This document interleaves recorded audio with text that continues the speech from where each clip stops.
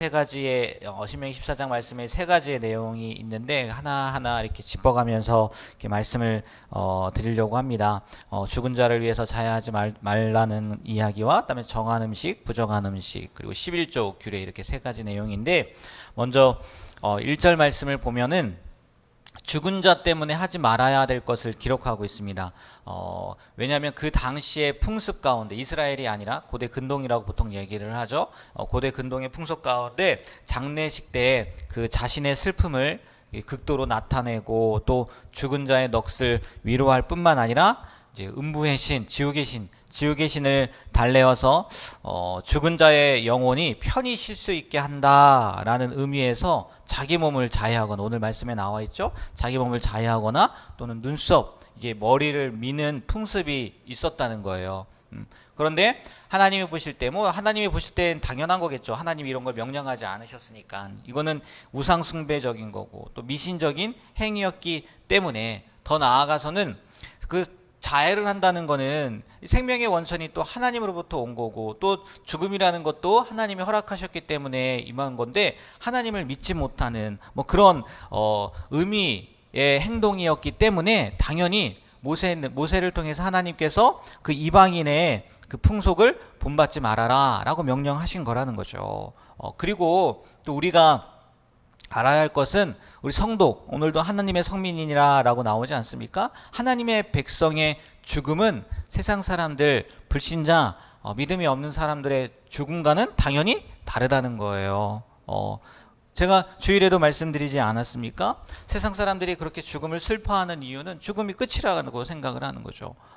그래서 장례식장 때도 제가 말씀을 드렸던 것 같은데, 장례식장에 가면은 그 마지막 발인할 때 어디로 모셔요? 영결식장이라고 한단 말이에요. 영결식장. 분명히 영결식이라고 되어 있을 거예요. 영결식이 뭐예요? 영원히 이별한단 말이에요. 그러나 하나님을 믿는 사람들, 하나님의 백성들에게는 죽음이 이별이 아니라는 거죠. 영원한 이별이 아니라는 거예요. 잠시 뒤에 다시 만난다는 거죠. 근데 오늘 말씀대로 한번 생각을 하면 잠시 뒤에 만날 건데 그 잠시라는 시간이 갭은 사람마다 차이는 있겠지만 만날 건데 우상 숭배하는 사람처럼 자기의 몸을 자해한다고 생각을 해보세요. 사랑하는 부모님이 먼저 떠나셨어요. 근데 보셨단 말이에요. 하늘에서 보고 있는데 사랑하는 자녀가, 아버지가 어머니가 돌아가셨다고 자기 몸을 자해한다고 생각을 해보세요. 나중에 만날 건데 물론 성경적으로 본다면 가장 아름다운 모습으로 그 자해한 자체도 사라지겠지만 그게 얼마나 어리석은 일이겠냐는 거예요. 다시 만날 건데. 정말 믿음 없는 모습이라는 거죠. 하나님이 보실 때는. 그러니까 하나님께서 이스라엘 백성들에게 너희는 이방의 풍습을 따르지 마라. 너희들은 죽음이 끝이 아니다. 다시 만날 거다. 라는 것을 표현하지는 않았지만 우리는 그 사실을 안다는 거죠. 오늘 말씀을 통해서 다시 한번 그 죽음의 의미, 죽는다는 것이 무엇인지, 그리고 그것이 끝이 아니라는 것을 기억하며 살아갈 수 있으면 좋겠습니다. 그리고 두 번째요, 이 정한 음식과 부정한 음식에 대한 내용인데, 우리가 분명히 알아야 될 건 뭐냐면, 물론 여기에도 색임질을 하고 굽이 갈라지고 이렇게 구분하긴 했지만, 이 정한 동물과 이 부정한 동물의 그 구별 기준은 그것 자체, 책임질을 한다고 해서 선한 거고, 책임질을 안 한다고 해서 그게 악한 것, 그 자체에 선악에 따른 결과로서 그 부정한 짐승과 정한 짐승을 나눈 것은 아니라는 거예요. 왜요? 하나님께서 그 온 세상을 만드셨을 때 하나님께서 만드신 것 가운데 악한 것은 하나도 없단 말이에요. 우리는 이 하나님께서 정한 것과 부정한 것을 구분하실 때 어떤 기준으로 했는지 정확하게 알 수는 없어요. 그냥 오늘 나와 있는 것처럼 비늘이 있는 것, 비늘이 없는 것, 이렇게만 그 구분을 한다라는 걸 알지, 명확하게 왜 하나님께서 이렇게 나와 있지 않잖아요. 비늘이 있는 것은 너에게 해를 끼친다. 그거 먹으면 넌 죽는다. 아니면 나쁜 것들이 나와가지고 이런 얘기들이 없단 말이에요. 정확한 기준은 없다는 거죠. 다만 하나님께서 이러한 규례를 주신 것은요, 하나님의 백성들로 하여금 먹는 것까지 이방인들과 뭐하게 하기 위해서요? 구별되게 하기 위해서. 가만히 보면 그 음식들은요, 이방인들도 다 먹었단 말이에요. 다. 그러나 하나님은 이 뭐 생각뿐만이 아니라 먹는 것 자체에서도 구별된 모습으로 살아가기를 원하셨다는 거죠. 그게 목적이 있다는 거죠. 그렇지 않겠습니까? 이런 것들을 먹으면서 우리는 하나님의, 오늘도 그 이 먹는 것 구별에도 하나님의 성민이라라는 얘기가 나오거든요. 이 먹은 것을 통해서 우리는 이러한 것들, 하나님께서 말씀하신 것들만 먹는 거구나. 그리고 이방인들은 아무튼 그 먹는 것 자체에서도 하나님을 생각하게 만드셨다는 거예요. 물론 지금의 세대는 이 의식법이 뭐 철저히 폐지가 됐죠. 예수님께서 뭐 다 먹어도 된다고 했으니까 뭐 그래서 우리도 문자적으로 지킬 필요는 없습니다. 뭐 여러분 보양식이라고 해서 장어 한번 안 드셔본 분 계세요? 뭐 장어 오늘 말씀에 비춰보면 장어 먹으면 안 되잖아요. 돼지고기요, 뭐 얼마나 맛있어요, 그죠? 소고기보다 때로는 소고기보다 더 맛있잖아요. 그러니까 이게 지금에 와서는 폐지가 되었지만 중요한 것은 뭐냐면 근본 정신, 왜 하나님께서 이런 말씀을 하셨는지, 먹는 것 자체에서도 뭐 하라고요? 구별된 삶을 살으라는 거예요. 그러니까 일반 생활 가운데에서도 너희는 하나님의 성민이니까 구별된 모습으로 살아야지, 똑같은 모습으로 살면 되겠느냐, 세상 사람들이 사는 모습처럼 살면 되겠느냐 하는 말씀으로 우리가 받아들이면 되겠다는 거예요. 그러니까 매 순간 나는, 오늘 2번이나 반복되었죠? 여호와의 성민이라, 여호와의 성민이라, 나는 하나님의 백성이라는 것을 기억하고 이 먹는 것 자체에서도, 또 먹는 것뿐만이겠습니까? 생각하는 것 자체에서도, 또 행동하는 것 자체에서도 구별된 모습으로 살아갈 수 있는 우리가 되었으면 좋겠어요. 그렇게 하나하나 세밀한 것들을 할 때 더 큰 것, 아니죠. 작은 것을 할 때 더 큰 것들도 할 수 있는 용기가 생기는 거고 결단력이 생기는 것이, 자그만 것 하나부터 지키지 못하면서 나중에 큰 것을 할 수 있다? 어불성설이라는 거죠. 어불성설이라는 거죠. 우리가 작은 것부터 하나님의 뜻대로 순종하며 또 하나님의 뜻을 생각하며 살아갈 수 있는, 구별된 모습으로 살아갈 수 있는 우리 모두가 되길 주님의 이름으로 부탁드립니다. 네, 마지막, 참 애매하더라고요. 저도 이 말씀을 준비하면서 정말 이런 건가? 저도 이런 생각은 한 번도 해보지 않았는데 11조 얘기거든요. 뭐냐면 11조가 이 첫 번째 22절 보면 너는 마땅히 매년 토지 소산의 11조를 드릴 것이며 라고 이야기를 하지 않습니까? 우리가 흔히 생각하는 11조예요.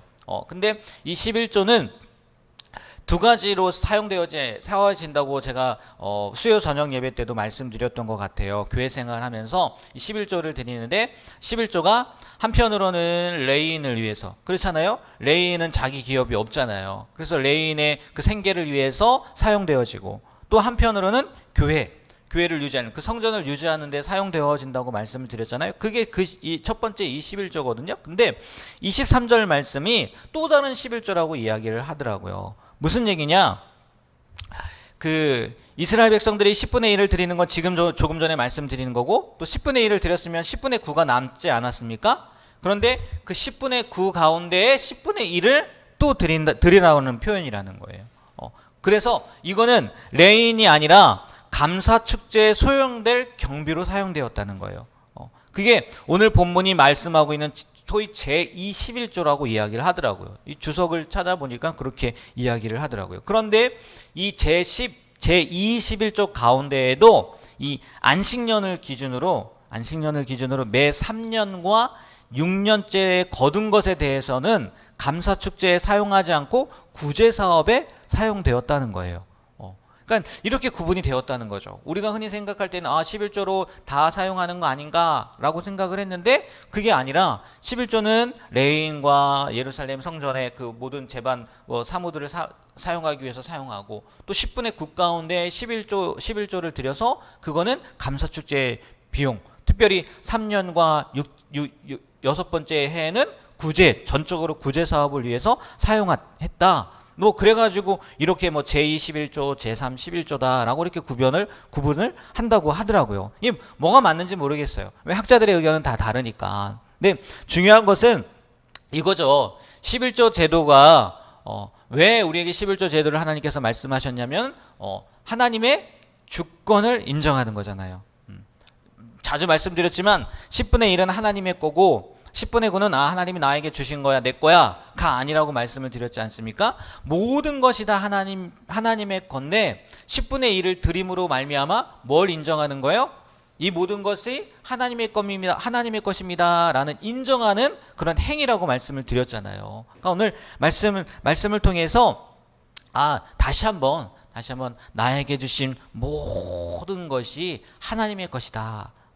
그것만 기억하시면 될 것 같고, 또 그것을 가지고 어떻게 사용하느냐, 오늘 말씀해 보니까 레위인들을 위해서 성전에 대한 얘기는 나오지 않았지만 또 온 공동체가 함께 누릴 수 있는 감사 축제를 위해서 그 헌금이 예물이 사용되어졌고, 그러니까 우리가 헌금의 사용에 대해서 생각하면 되는 거겠죠. 그리고 더 나아가서는 구제와 그런 구제하는 일들에 사용되어졌구나라는 것을 기억하며 우리에게 주어진 그 물질을 이렇게 사용하는 거구나. 개인에게뿐만이 아니라 교회에게 주시는 하나님의 말씀이라고 생각하면 될 것 같아요. 그래서 여러분들의 삶도 마찬가지겠지만 우리 교회도 하나님의 주권을 인정하고 또 하나님의 뜻대로 온전히 그 주신 물질을 사용할 수 있는 우리 교회 공동체가 될 수 있도록 해달라고 기도해 주시면 좋을 것 같아요. 예, 제가 잠깐 빗나간 얘기지만 새벽 예배 때인가요? 다 말씀을 드렸잖아요. 이 세상 가운데 왜 하나님이 사랑한다고 하면서도 굶어 죽는 사람이 나타나고 힘들어하는 사람이 나타나고 어려움을 겪는 사람이 나타나요? 우리에게 맡겨주신 사명을 우리가 감당하지 못하기 때문이라는 거죠. 이미 하나님께서는 다 주셨다는 거예요.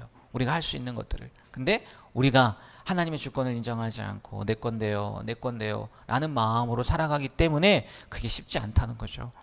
정말 어려운 것 같아요. 하지만 우리가 조금씩 아까 이야기한 것처럼 그 작은 것 하나씩 바뀌다 보면 나중에는 큰 것조차도 하나님 앞에 맡기는 것이 어렵지 않을 거라고 생각이 되어져요. 그러니까 작은 것부터 온전히 순종할 수 있는 그런 귀한 삶이 되시길 주님의 이름으로 축복합니다. 네, 기도하겠습니다. 하나님, 오늘도 깨워주시고 또 주님 앞에 나와 귀한 말씀을 듣고 또 우리의 마음을 점검하고 또 우리의 생각을 점검하고 또 우리가 어떠한 모습으로 살아가야 될지 생각할 수 있는 시간, 또 기도의 시간을 주심에 감사드립니다. 오늘도 기도하면서 하나님의 뜻을 분별하게 하시고 또 그 분별한 하나님의 뜻대로 살아갈 수 있는, 순종할 수 있는 우리가 되게 하여 주시옵소서. 예수님의 이름으로 기도합니다. 아멘.